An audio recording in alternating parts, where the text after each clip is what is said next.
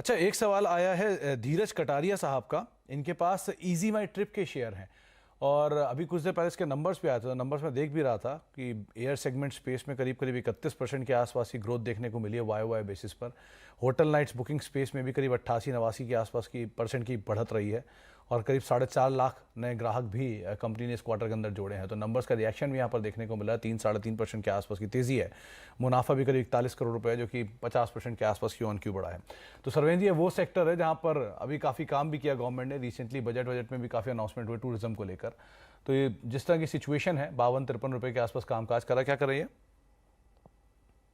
देखिए सुमित जी, यहाँ पे डेटा तो कम है, बट जितना भी मैं मीडियम टर्म सेटअप इसके देख पा रहा हूँ, लास्ट अगर आप देखें जहां से इसका गैप अप हुआ उसके बाद से अपने अपने दायरों को, नीचे के लेवल्स को होल्ड करने की कोशिश कर रहा है। 44-45 के आसपास आपको अच्छे सपोर्ट्स आते हुए दिख रहे हैं। तो आई थिंक जिनके पास है, और इसको टाइम देना पड़ेगा, जिनके पास है, आई थिंक 44 रुपीज के नीचे एक स्टॉप लॉस लगा के आई थिंक यहाँ पे ट्रेड को होल्ड करने की राय रहेगी। टारगेट्स आप इसमें देख रहे हैं वैसे सरवेंद्र? जी, इसमें मेरी टारगेट क्या आवाज आ देख रही रहे है? हैं सरवेंद्र?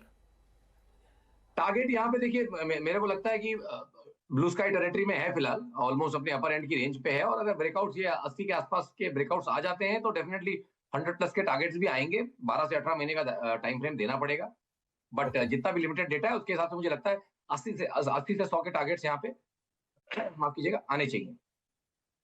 चलिए आगे भी हम सरवेंद्र से बातचीत जारी रखेंगे, लेकिन हमारे साथ अब कुछ और खास मेहमान ही मौजूद हैं, उनसे हम चर्चा करेंगे खास तौर से प्राज इंडस्ट्रीज़ के नंबर्स को लेकर, जहां पे नतीजों पर बातचीत करने के लिए हमारे साथ कंपनी के सीएफओ और डायरेक्टर सचिन रावले सर मौजूद भी हैं। नंबर्स पहले आपकी स्क्रीन पर आते हुए दिखाई पड़ेंगे। खासतौर से कंपनी का जो मुनाफा है वो 37 करोड़ से बढ़ के 62 करोड़ रुपए इस तिमाही के अंदर आया है और आय फ्रंट पर भी 585 करोड़ से बढ़कर आय 910 करोड़ रुपए इस तिमाही के अंदर कंपनी ने पोस्ट की। ईबिटा फ्रंट पर भी जो ऑपरेटिंग परफॉर्मेंस है वो बेटर साइड पर देखने को मिली है। सचिन सर नमस्कार, स्वागत है आपका कार्यक्रम में। सबसे पहले तो नंबर्स रोबस्ट साइड पर देखने को मिले, वाई बेसिस पे एक अच्छी ग्रोथ आई है और सिचुएशन सिनेरियो को देखते हुए कुछ हद तक डिमांड भी बहुत स्ट्रांग है। तो अभी क्या आउटलुक है, क्या सिचुएशन है प्रेजेंटली Q4 में, और क्या की हाईलाइट रहे सर Q3 के? नमस्कार। Q3 के हाइलाइट्स अगर मैं बात करूं तो हमारे पूरे बिजनेस के जितने भी सेगमेंट्स है, सब सेगमेंट्स में हमने अच्छी तरह से परफॉर्मेंस का देखा हुआ है नतीजा। मैन्युफैक्चरिंग ने भी अपना काम अच्छा किया है, प्रोजेक्ट एग्जीक्यूशन का काम बहुत बढ़िया हुआ है, ऑर्डर बुकिंग का भी काम बहुत अच्छी तरह से हुआ है, और ये सब कुछ हमारे जितने भी बिजनेसेस है उस सब बिजनेसेस में देखने को मिला है। Q3 का नतीजा मेरे हिसाब से पूरा ये बिजनेस का अगर ब्यौरा देखे तो एक साथ अगर देखे तो वही नतीजा आपके सामने आज आया हुआ है। सचिन सर, लास्ट क्वार्टर में काफी इश्यूज थे इनपुट कॉस्ट को लेकर, जिसका इम्पैक्ट मार्जिन्स पे भी देखने को मिला। ये बार मार्जिन्स काफी साउंड रहे, करीब 1.5% 2% के आसपास की बढ़त रही वाई बेसिस पर। तो क्या मान के चले सीक्वेंशियली जो मार्जिन्स का इशू था, जो इनपुट कॉस्ट का हायर साइड था, वो हमने ऑलरेडी देख लिया है, वो डैमेज बीन डन, यहां से सिचुएशन बेटर ही होगी? आप कह सकते हो, क्योंकि जो इंक्रीज मटेरियल कॉस्ट का जो इम्पैक्ट हमने देखा, जो पहले दो दो क्वार्टर में देखा गया और लास्ट ईयर भी देखा गया, उसका नतीजा बहुत बुरी तरह से हुआ था। मटेरियल कॉस्ट का इम्पैक्ट डेफिनेटली हमने फील किया है।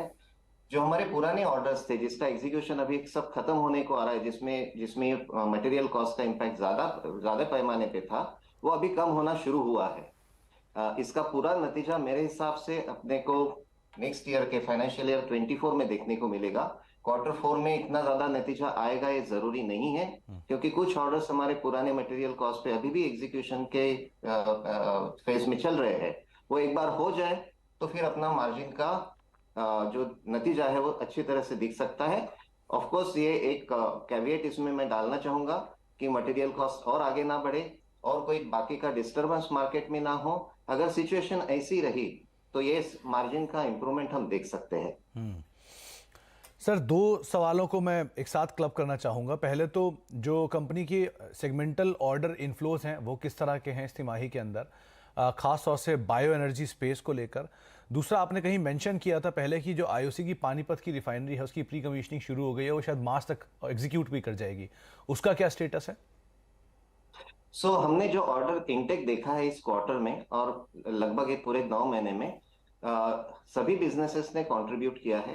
बायो एनर्जी का सेगमेंट डेफिनेटली बहुत ज्यादा तरीके से चल रहा है, क्योंकि जो EBP 20 प्रोग्राम अभी अनाउंस किया हुआ है और जिसको 2030 से प्रीपोन किया 2025 में टारगेट किया हुआ है, उस हिसाब से कैपेसिटी क्रिएशन बहुत ज्यादा पैमाने पे डोमेस्टिक मार्केट में हो रही है और उसका नतीजा ज्यादा ऑर्डर बुक में भी तब्दीली हो रहा है। लेकिन उसके साथ साथ हमारे जो बाकी के बिजनेसेस है, वेस्ट वाटर कह लो या क्रिटिकल इक्विपमेंट और प्राज हाई प्योरिटी, इन सभी बिजनेसेस में हमने कंट्रीब्यूशन देखा है ऑर्डर बुकिंग का होते हुए।